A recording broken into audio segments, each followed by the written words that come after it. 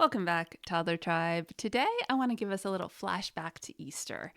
I was so blessed to be able to experience a toddler Easter all over again.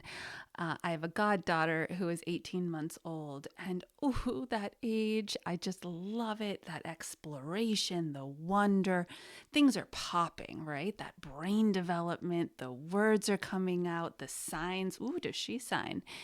And so I was very excited to be able to experience Easter through the eyes of a toddler all over again. But do you know what I forgot? I forgot that as adults, we create expectations for a moment, sometimes without even realizing it. And I fell into that trap again. So I want to run that through with you today and just, help us all remember that when we are doing conscious parenting, when we are really thinking from a child-led learning perspective, we got to check our expectations at the gate. All right, so here's how it all went down. If any of this starts to sound familiar, I'd love to hear from you because it had been so long. So I scooped her up and off to church we went. Her first time coming to church. And I brought her because, as her godmother, I really want that to be part of our routine as consistently as possible. But also, it was a great day to do it because they were having an Easter egg hunt out back on the green after church. So we get to church, and I've already in my head kind of like memorialized this experience, and it hasn't even happened yet. Can you relate? She's in the really, really cute outfit, and I am so excited to introduce her to all my people in her really, really cute outfit. And we're running just a tad bit late, not too late. I'm like, we can do this. We've got this. We can get in there on time. It's fine. Park the car, open the back door, and oh my good golly. Not what I expected. On the way over, she had a bout of car sickness and vomited all over her really cute outfit, all over her car seat. Ugh. And because she's really just the chillest kid I've ever known, and that's saying something, she didn't alert me to it during the driving. I open the back seat and she looks up at me and smiles and goes, Aki. Yes, that looks very yucky. So we were not on time because we hung out in the parking lot for quite a while.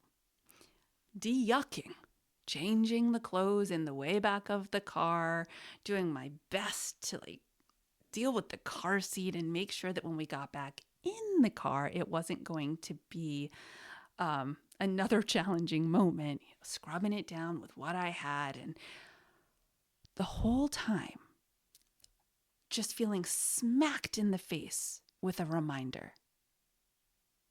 You're really never in control when there is a toddler in play. You never can expect what's going to happen, and you've just got to accept it for what it is.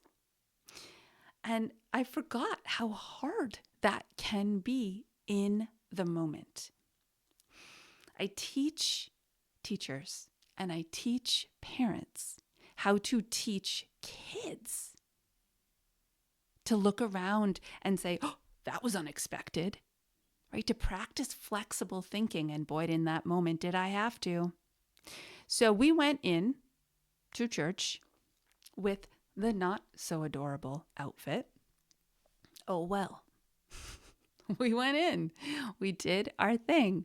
And you know what? I'd like to say that in that moment, being smacked up by the head by an expectation, a vision, a reality that I had made up in my head that did not match, that I had learned my lesson for the day. But you know what? No, because it was her first Easter ever doing an Easter egg hunt. Now, let me just tell you, there's no hunting. they took kind of like uh, not tape, but they cordoned off a whole section of the backyard of the church, and they just threw eggs all over the green grass. That's it. Luckily, thank goodness, the snow had disappeared. So all over the green grass. And there was no hunting. It was just run, pick up, throw in baskets. Okay. I was so excited.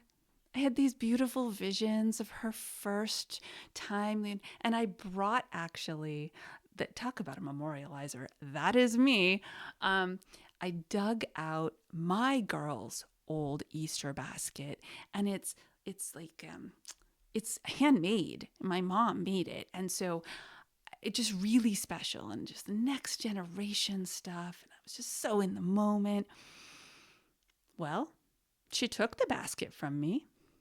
She put it on her shoulder like a really cool pocketbook and proceeded to run up and down the hill, over and over and over. There was no picking up of eggs. I scaffolded and supported and showed how to do one. She took it right out of the basket and threw it back on the ground where it was originally. I mean, it kind of makes some sense, doesn't it? All the other kids are doing their thing and filling up their baskets. In fact, this is important, the other kids who were close to her age, but a little bit older, pushing 2 years old, maybe 2.5, had social empathy for her. They observed that she wasn't doing it, quote, the right way. They noticed that she didn't really have any eggs in her basket. And so they came over and started putting eggs from their basket into hers. And so what an amazing moment. Once again, right upside the head. Excuse you, Cara. This moment is what it's supposed to be. Will she go through her entire life without realizing how to do an Easter egg hunt? Of course not.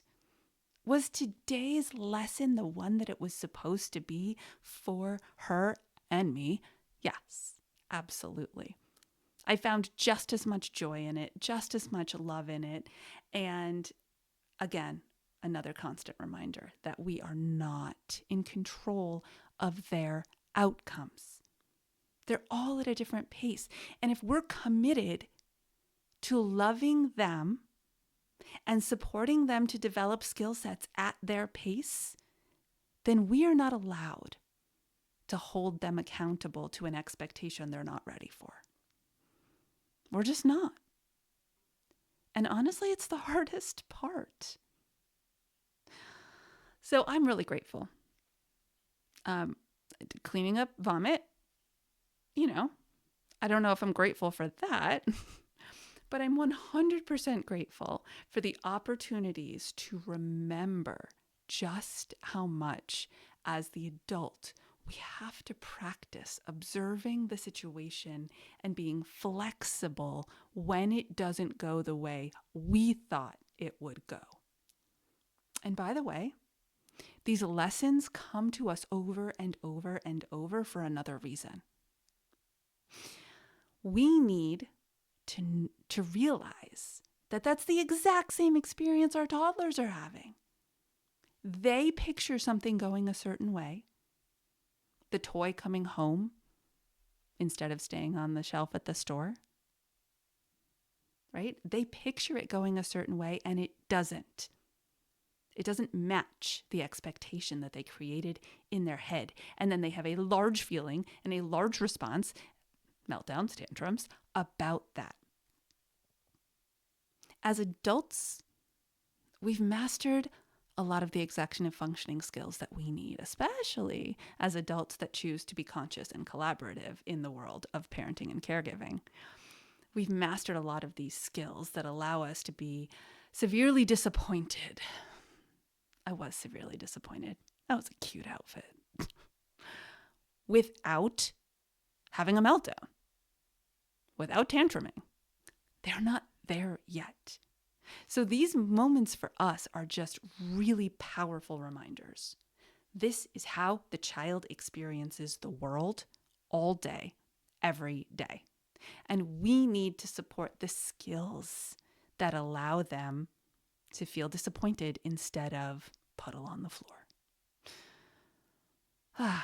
Wow, so much. I'm curious how your Easter went. If you want to give me a flashback report, please feel free to DM me on Instagram and tell me your stories. It's around the holidays that we very often, especially as adults that have traditions and memories and these core memories that we think our kids are going to experience it the exact same way, and they rarely do. Until our next episode, to my intrepid toddler tribe out there doing the big work of raising amazing humans, stay mindful and proactive as we transform the toddler years.